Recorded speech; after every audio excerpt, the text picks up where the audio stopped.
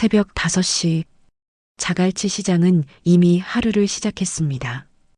김순옥 여사는 휠체어에 앉아 창밖을 바라보고 있었습니다.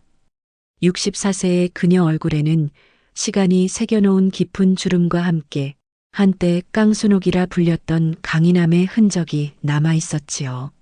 어머니, 일어나셨어요? 문 너머로 들려오는 아들 박준영의 목소리였습니다.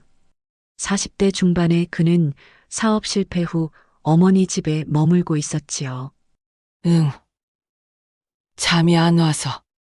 순옥 여사의 답변은 짧았습니다. 하반신 마비가 온 지 벌써 1년이 지났건만 여전히 새벽이면 몸이 저절로 깨어났지요. 40년간 자갈치 시장에서 건어물을 팔며 몸에 밴 습관이었습니다. 창밖으로 보이는 시장 풍경이 눈에 들어왔습니다. 한때 그녀가 서 있던 그 자리에 이제는 다른 상인이 멸치와 북어를 펼쳐놓고 있었지요. 깡순옥, 오늘도 일찍 나왔네. 순옥아, 이 멸치 좀 봐라. 싱싱하지? 기억 속 목소리들이 귓가에 맴돌았습니다. 깡순옥이라는 별명은 그녀의 악바리 같은 성격에서 나온 것이었지요. 남편이 세상을 떠난 후 갓난아기였던 준영을 업고 시장에 나와 하루하루를 버텨낸 세월이었습니다. 어머니, 아침 준비했어요. 나와서 드세요. 준영이 휠체어를 밀어주며 말했습니다. 그의 손길은 조심스러웠지만 순옥 여사는 왠지 모를 어색함을 느꼈지요. 식탁에 앉은 순옥 여사의 시선이 벽에 걸린 사진으로 향했습니다. 젊은 시절의 그녀가 아들을 안고 웃고 있는 흑백 사진이었지요. 그때는 모든 것이 가능할 것만 같았습니다. 준영아, 너 사업은 어떻게 되고 있니? 걱정 마세요. 어머니, 곧 좋아질 거예요. 준영의 대답은 늘 그랬습니다. 구체적이지 않고 애매했지요. 그가 집에 들어온 지 3달째였지만 여전히 일정한 수입은 없어 보였습니다. 밥을 먹으며 순옥 여사는 아들의 얼굴을 살펴봤습니다. 어릴 적 천진했던 모습은 찾아보기 어려웠지요. 대신 무언가 계산하는 듯한 눈빛이 스쳐 지나갔습니다. 어머니, 보험 서류 정리하는 일 좀 도와드려도 될까요? 보험, 교통사고 관련해서요. 보상금도 나올 것 같고. 순옥 여사는 젓가락을 내려놓았습니다. 교통사고. 그날의 기억이 다시 떠올랐지요. 횡단보도를 건너다 승용차에 치인 순간, 그리고 깨어나니 다리에 감각이 없던 그 절망감.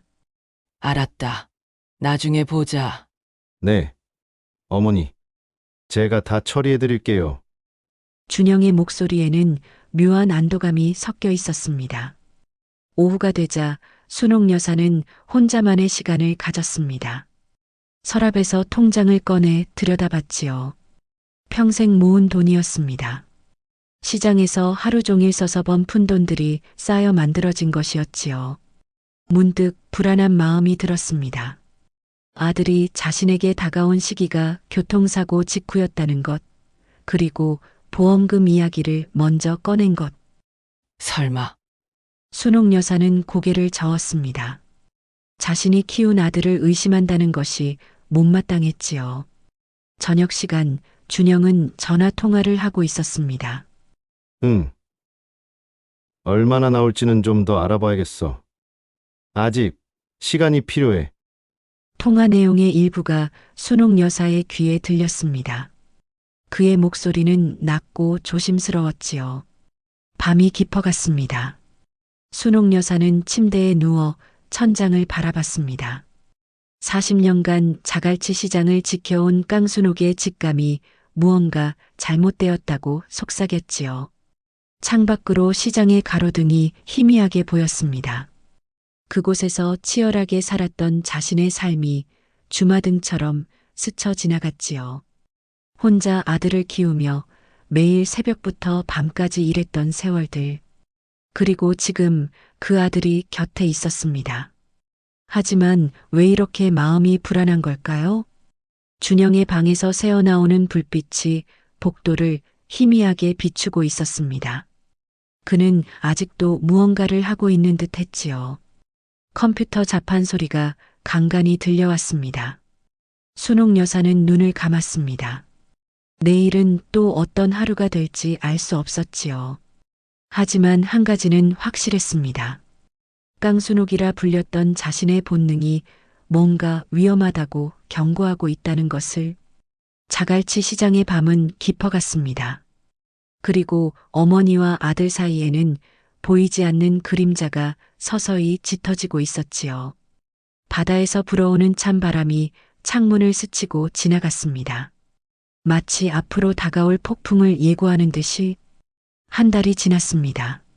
순옥 여사의 일상은 점점 더 작은 틀 안에 갇혀갔습니다.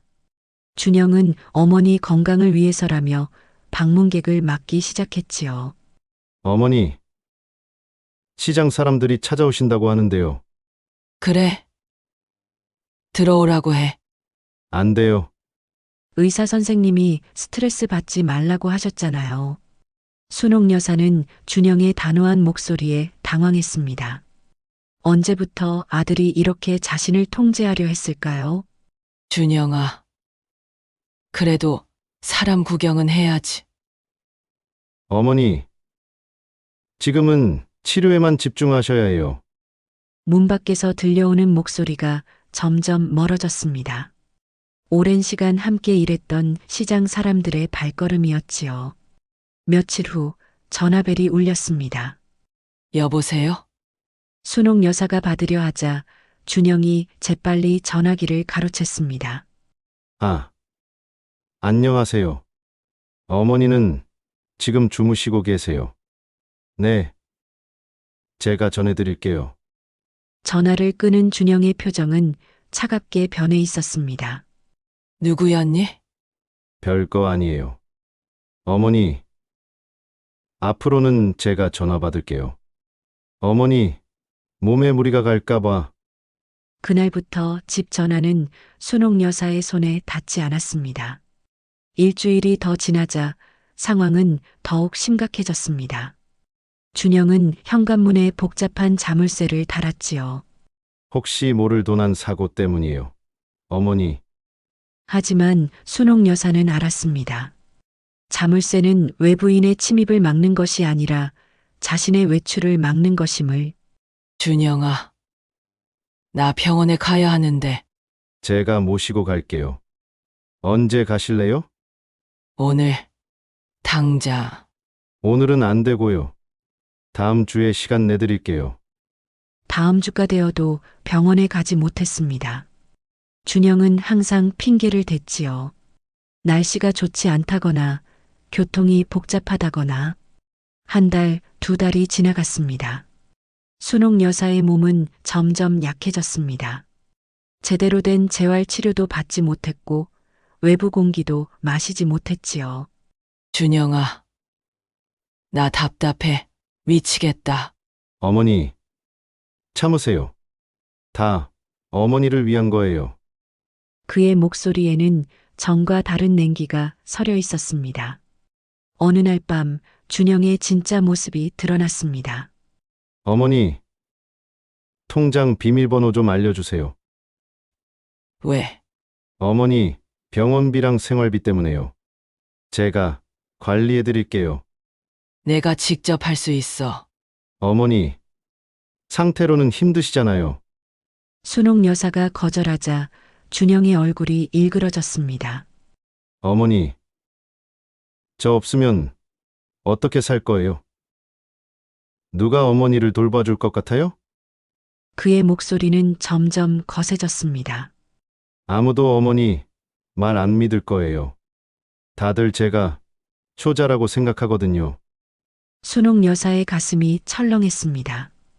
이것이 자신이 키운 아들의 진짜 모습이었을까요? 준영아. 너 지금 뭐 하는 거니? 현실을 말씀드리는 거예요. 어머니, 그날부터 준영의 태도는 완전히 바뀌었습니다. 음식은 하루 두 끼만 주었고 그마저도 성의 없이 대충 차려왔지요. 휠체어로 화장실을 갈 때도 도와주지 않았습니다. 혼자 하세요. 재활훈련이라고 생각하고 순옥 여사는 팔의 힘만으로 휠체어를 움직여야 했습니다. 때로는 화장실 문턱을 넘지 못해 오랜 시간 고생하기도 했지요. 더 끔찍한 일들도 시작되었습니다. 준영은 어머니가 저항할 수 없음을 알고 있었습니다. 몸을 제대로 가누지 못하는 순옥 여사에게 온갖 모멸감을 안겼지요. 어머니, 저한테 고마워해야 해요. 이런 어머니를 누가 돌봐주겠어요? 그만해라. 제발. 아무도 믿지 않을 거예요. 제가 얼마나 효자인지 다들 알거든요. 순옥 여사는 절망했습니다. 자갈치 시장에서 깡순옥이라 불리며 그 무엇도 두려워하지 않았던 자신이 이렇게 무력할 줄이야. 몇 달이 더 지났습니다. 순옥 여사는 점점 말수가 줄어들었습니다. 준영의 협박이 점점 현실로 느껴졌지요. 정말로 누가 자신의 말을 믿어줄까요? 밖에서는 준영이 헌신적으로 어머니를 돌보는 효자로 알려져 있었습니다. 가끔 마주치는 이웃들은 준영을 칭찬했지요. 준영 씨 정말 효자네요. 어머니 모시느라 고생이 많으시겠어요. 이런 말들을 들을 때마다 순옥 여사의 마음은 더욱 무너져 갔습니다. 어느 날 밤 순옥 여사는 침대에 누워 천장을 바라봤습니다. 언제부터 이런 삶이 시작되었을까요?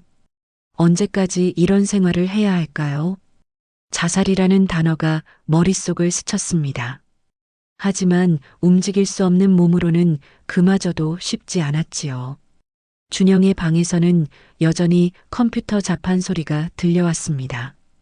그는 무엇을 하고 있는 걸까요?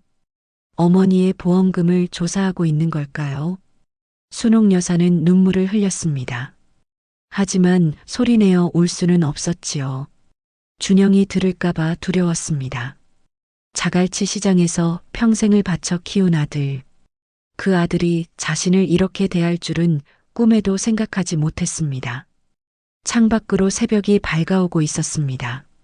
하지만 순옥 여사에게 새벽은 더 이상 희망의 상징이 아니었지요. 그저 또 다른 지옥 같은 하루의 시작일 뿐이었습니다. 방 안은 고요했습니다.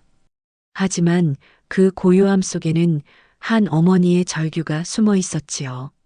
아무도 들어주지 않을, 아무도 믿어주지 않을 절규가.